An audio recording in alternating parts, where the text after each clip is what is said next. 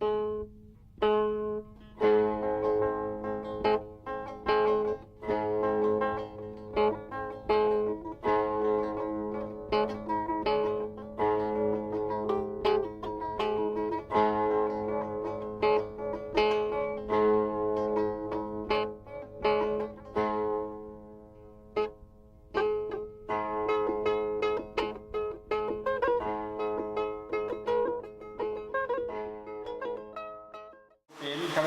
penan dari Patah mungkin sebab kami jadi sampai di sini kena ada masalah.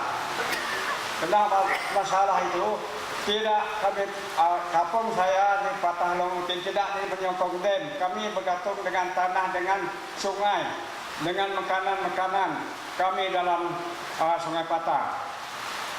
Dan memang kerjaan memang projek dam, tapi nama dia projek tidak bagaimana projek itu jadi projek memberi hidup orang Penan, orang Ulu, Kayan Kenyah, kami semua orang Ulu.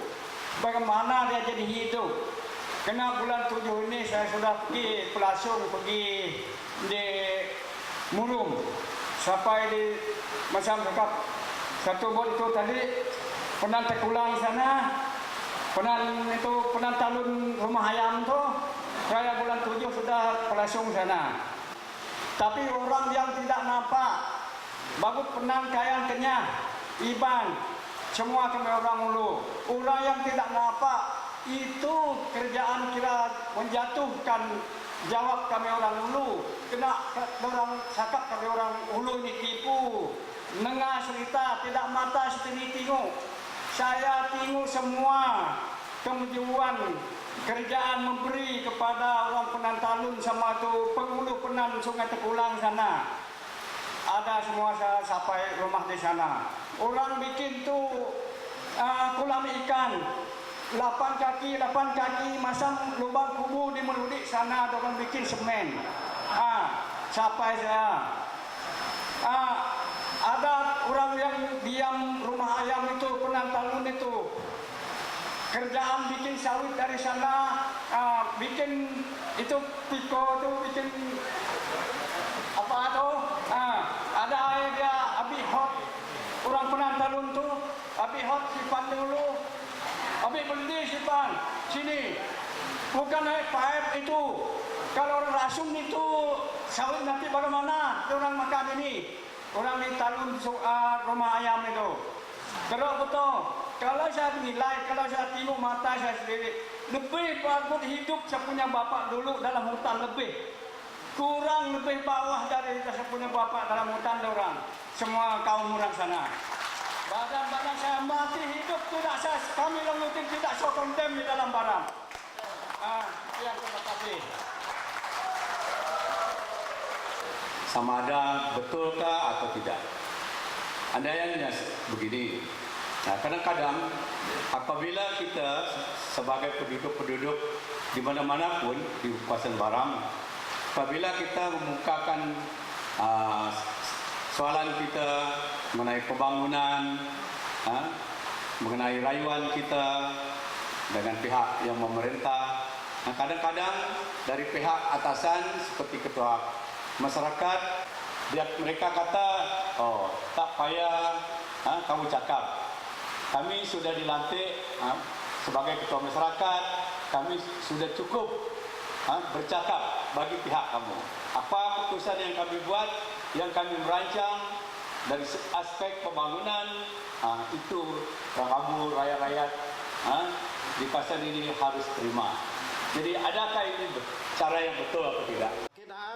Ataupun poyan pengudip ilu milik ketua kampung dalam lepas air tempo tamat ke Bulanaya, apabila penduduk kampung dah tematet calon mading, tiba-tiba calon mading je pun tahun eda gona, eda melantik semula ada puun. Pun keji, habis ke peringkat YB ataupun ketua menteri, oban berkading dah. bang padeong ang temenggong ngan penghulu tua. Jatua penesan dalam seadat. Kayan kenya jai Cina. Jatua. Tapi ini adalah berasaskan kepada peraturan sedia ada dan juga amalan kerajaan negeri lah. Saya akan juga bagi komen ya.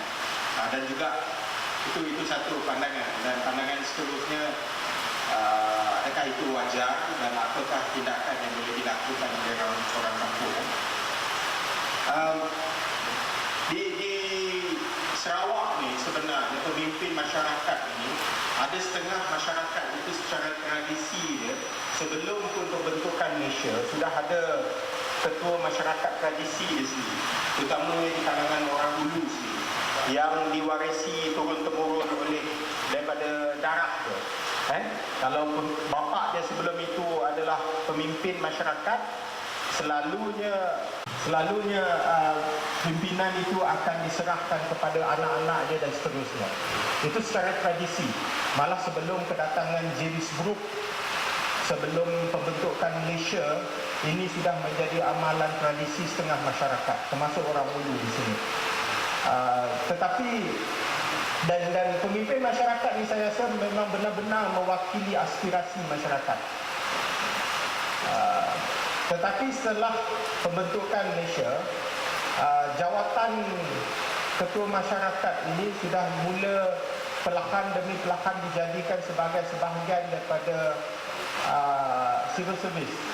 So sekarang ketua masyarakat sudah menerima allowance. Kalau dulu allowance, sekarang tak silap saya dah mula menerima gaji dan sebagainya. Saya masih ingat lagi pada tahun 1987 masa Bingkot itu, ramai pemimpin-pemimpin masyarakat, Temenggung baik, penghulu baik, pemancar baik, berada di pihak pembangkang, dan mereka sebenarnya mewakili aspirasi rakyat. Selepas saja pilihan raya 1987, ramai daripada pemimpin masyarakat ini telah disingkirkan oleh kerajaan negeri, dan mereka melantik pemimpin masyarakat yang boleh menyokong dasar-dasar kerajaan. Dan perkara itu pada tahun 1987, dan amalan itu berterusan sehingga ke hari ini. So ada masanya kebanyakannya selalunya kita lihat ketua masyarakat yang dilantik oleh kerajaan adalah individu yang dilihat dapat menyokong aspirasi kerajaan. Persoalannya, adakah pemimpin masyarakat ini mewakili pula aspirasi masyarakat? Dan persoalan Cikgu James tadi, yang pemimpin masyarakat kata rakyat tak boleh bersuara sebab dia sudah ada mewakili rakyat. Saya rasa dalam proses demokrasi kita ni ada banyak saluran untuk bersuara. Wakil rakyat kita pun boleh sepatutnya mewakili aspirasi kita. Tapi kalau wakil rakyat terlambusan tak boleh selesaikan masalah dam, takkan orang barang kena siap. So inilah peranan yang dimainkan oleh orang seperti Safe Rivers dan juga Joas. So saya rasa tidak ada hak untuk seorang pemimpin masyarakat itu untuk kata bahawa engkau tidak berhak untuk bersuara, sebab aku adalah the official voice of the people. Saya rasa rakyat dalam proses demokrasi masih ada saluran untuk menggunakan kaedah-kaedah lain untuk menyampaikan hasrat dia baik kepada kerajaan ataupun pihak-pihak yang berkepentingan. Itu soalan yang pertama. Pelantikan ketua masyarakat ini sebenarnya daerah DUN yang berbeza mempunyai kaedah pelantikan ketua kampung yang berbeza.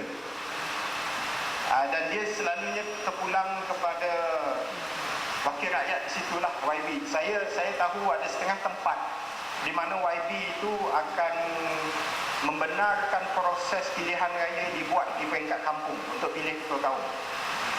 Dan selalunya dia buat pilihan raya bukan dia terus lantik seorang individu. Pilihan raya tersebut adalah untuk menamakan 3 nama. Dia bagi 3 nama. Dan akhirnya wakil rakyat yang akan tentukan antara 3 nama tu siapa yang akan dilantik. So ada setengah kawasan dia buat macam itu.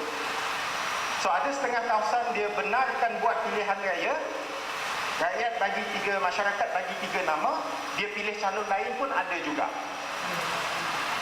Ada setengah tempat dia langsung tak buat pilihan raya.